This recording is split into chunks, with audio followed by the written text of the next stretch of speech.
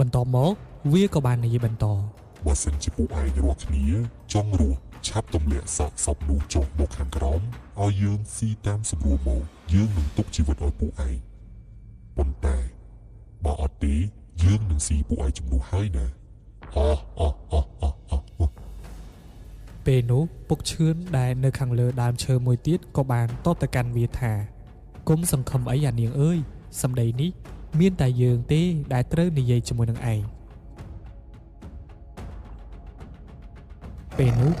ខ្លានឹងវាពិតជាខឹងពុកឈឿនណាស់វាក៏បានលោតទៅរកសាកសពនោះតែម្ដងប៉ុន្តែវាលោតមិនដល់នោះឡើយដោយសារតែគាត់ចងរៀងខ្ពស់ដែរតែក៏មិនបណ្ដោយឲ្យវាលោតរហូតបែបនេះព្រោះវាចេះតែលោតបានខ្ពស់ទៅហើយពុកឆៃគាត់ក៏បាននិយាយទៅកាន់ពុកឈឿនមិនបានទេបងយ៉ាងម៉េចយ៉ាងម៉ាយើងគួរទៅចាត់ការពេលនេះតែម្ដងទៅឥឡូវទុកឲ្យខ្ញុំជាអ្នកចាត់ការវាចំណែកបងឯងឧស្សាហ៍មើលទៅដើមឈើរបស់លោកមេភូមិរួមជាមួយនឹងបូឌីផងព្រោះខ្លាចមានអ្នកណាធ្លាក់ដោយសារយើងមិនបានធ្វើធ្នាក់នោះទេ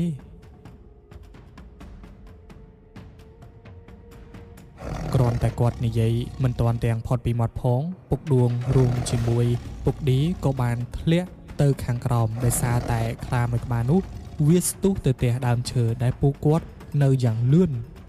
រហូតធ្វើឲ្យពូគាត់ធ្លាក់មកម្នាក់មើលមិនតនោះទេដោយនេះខ្លាមួយក្បាលហ្នឹងមិនធម្មតានោះឡើយគឺមិនអាចមើលងាយវាបាននោះទេ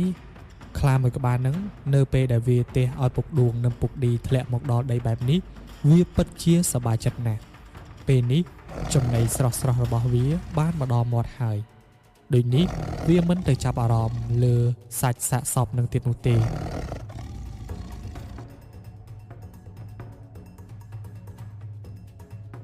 តែទោះជាយ៉ាងណាក៏ដោយក៏ពុកដួងមិនបណ្ដោយឲ្យវាស៊ីគាត់ងាយដែរគាត់បាននិយាយទៅកាន់ពុកឌីថា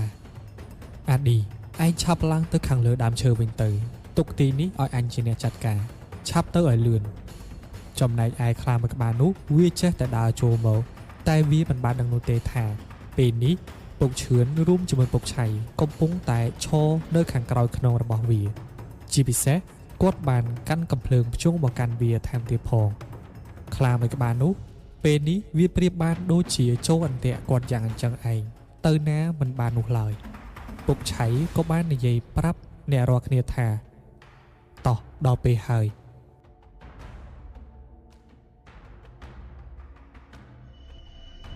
ពូគាត់ទាំង3នាក់ក៏ចាប់ផ្ដើមឈរជារង្វង់ហើយក៏លើកដៃប្រណម្យសូត្រនៅសីមាអាគមរហូតតតែមានពន្លឺខ្សែអ្វីម្យ៉ាងទៅចងរឹតខ្លានោះយ៉ាងជាប់គឺវាមិនអាចទៅណាបានទៀតនោះទេឆ្លៀតពេលនោះពុកឌីក៏បានរើសកំភ្លើងរបស់ពុកដួងហើយក៏បាញ់ទៅលើខ្លានោះចំក្បាល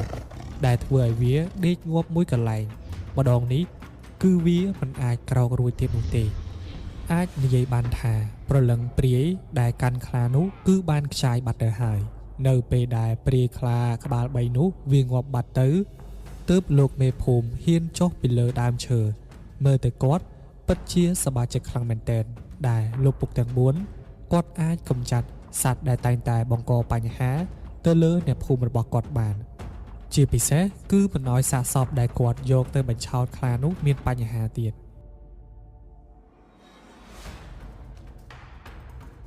ពេលនោះពុកឌីក៏លន់មាត់ថា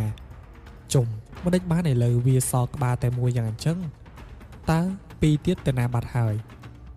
ពេលនោះពុកឆៃក៏បានសោចបន្ទាប់មកគាត់ក៏បានតបក្បាលវាពីរនោះគ្រាន់តែបង្ហាញឫទ្ធិអំណាចរបស់វាពេលដែលមានព្រាយកាន់នោះទេពេលនេះបងបានបង្ក្រាបព្រាយនោះបានហើយវាគឺជាស្នាដៃរបស់បងពុកឌីនៅពេលដែលមានអ្នកសរសើរគាត់បែបនេះគាត់ស្រាប់តែចូលភ្លាម